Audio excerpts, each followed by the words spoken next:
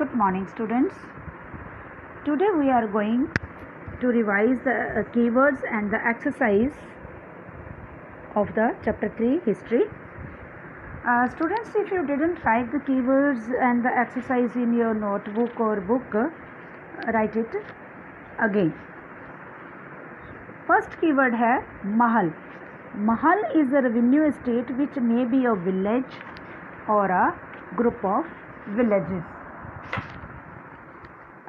British documents में जो Britishers के जो टैक्स कलेक्ट करने के जो डॉक्यूमेंट्स होते थे, उन्होंने महल को एक ऐसी इकाई बनाया था जो विलेजेस और ग्रुप ऑफ विलेजेस के नाम से जानी जाती है, यानी महल के नाम से जानी जाती है, सॉरी, जो जिसको कहा जाता है विलेज और ग्रुप ऑफ विलेज, जहाँ से वो लोग टैक्स कलेक्ट करते थे. ठीक है, उसका नाम था महल. आप लोगों को क्वेश्चन में महलवाड़ी और राइटवाड़ी सिस्टम जो है वो करवाया हुआ है, यानी टैक्स कलेक्ट, जिन गांवों से टैक्स कलेक्ट करना और वो टैक्स के जो सिस्टम होता था उसे महलवाड़ी सिस्टम कहा जाता था. ठीक है, आगे है प्लांटेशन. प्लांटेशन कहा जाता है एक ऐसे बड़े खेत को, एक ऐसे बड़े फार्म को जहाँ पे खेती की जाती है और फोर्स्ड लेबर के द्वारा खेती की जाती है. यानी जो प्लांटर होता था, जो खेत का मालिक होता था, वो ज़बरदस्ती लेबर से खेती करवाता था. उसमें वो चावल हो सकते हैं, गन्ना है, कॉफ़ी है, ये सारी चीज़ें उनसे ग्रो करवाता था. नेक्स्ट है स्लैव. स्लैव यानी कि गुलाम. गुलाम a person who is owned by someone as the slave owner. एक ऐसा व्यक्ति, एक ऐसा पर्सन जो स्लैव ओनर यानी अपने मालिक का दास होता है, और मालिक जो कहेगा, मास्टर जो कहेगा वही उसको करना पड़ेगा, उसके अंडर ही रह के काम करता है. यानी उसको कहते हैं ना, चलाने वाला स्लैव ओनर होता है, स्लैव से काम करवाने वाला slave owner. Bigha a unit of measurement of land. ज़मीन को नापने का एक तरीका, एक यूनिट. जैसे हम एकड़, किला, गज, फिट, ये चीज़ें बोलते हैं ना, तो ऐसे ही bigha is also a unit of measurement of land. Next है vat. Vat is a storage vessel, जिसके अंदर हम कुछ भी स्टोर करके रख सकते हैं. एक बड़ा बर्तन, उसके अंदर हम अनाज, गेहूँ वगैरह, जो कुछ भी, चावल, राइस, वटएवर, वो चीज़ें हम स्टोर करके, जो उस समय लोग थे वो स्टोर करके रखते थे. नेक्स्ट है match the column. Match the column means right. Right यानी कि पीजेंट्स, किसान. महल विलेज. निज cultivation on planters own land, यानी जो बागान का, खेत का जो मालिक है वो अपनी ही ज़मीन के ऊपर खेती करना.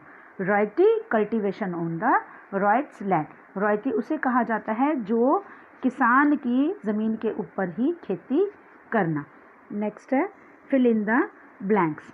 Growers of woad in Europe saw India as a crop which would provide competition to their earning. अब यूरोप में जो वॉड को ग्रो करने वाले जो थे ना, उनको अपनी इनकम में खतरा नज़र आने शुरू हो गया था, कम कंपटीशन लगने लग गया था. किससे? इंडिया से. जो वॉड थे, वॉड कहाँ ग्रो होता था? यूरोप में. और इंडिया में क्या ग्रो होता था?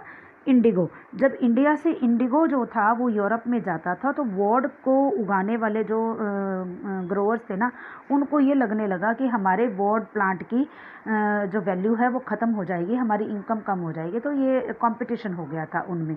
वो फिर अपनी बेस्ट क्वालिटी देना शुरू कर दिया था उन्होंने, या फिर उसके बाद उन्होंने अब मूवमेंट भी स्टार्ट कर दिया था, प्रोटेस्ट करना शुरू कर दिया था कि हम इंडिगो को अंडर नहीं होने देंगे, इंडिगो का इंपोर्ट नहीं होगा.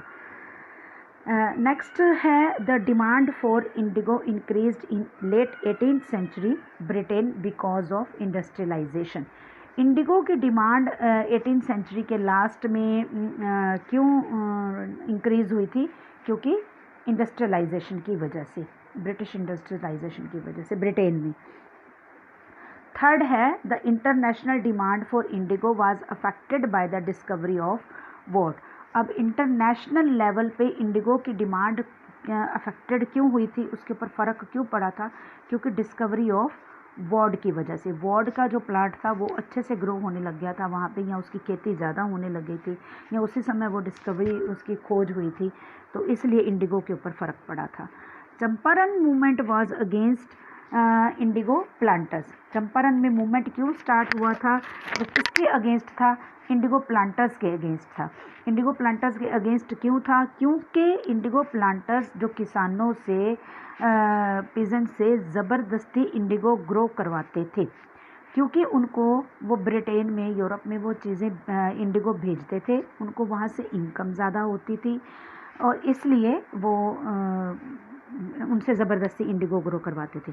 लेकिन जो किसान इंडिगो ग्रो करने वाले थे उनको लॉस क्या होता था कि जहाँ जिस ज़मीन के ऊपर एक बार इंडिगो ग्रो कर लिया जाता था, वहाँ की मिट्टी एक बार फसल कट जाने के बाद, हार्वेस्टिंग के बाद, वहाँ की मिट्टी अपनी फर्टिलिटी ख़त्म कर देती थी और 1 साल तक वहाँ पे कोई और फसल इंडिगो के अलावा कोई दूसरी फसल ग्रो नहीं हो सकती थी। That's why they feel there loss. उन्होंने मूवमेंट स्टार्ट कर दिया था कि हम अब इंडिगो ग्रो नहीं करेंगे, नील की खेती नहीं करेंगे। ठीक है, write down the keywords, learn the keywords and learn the exercise.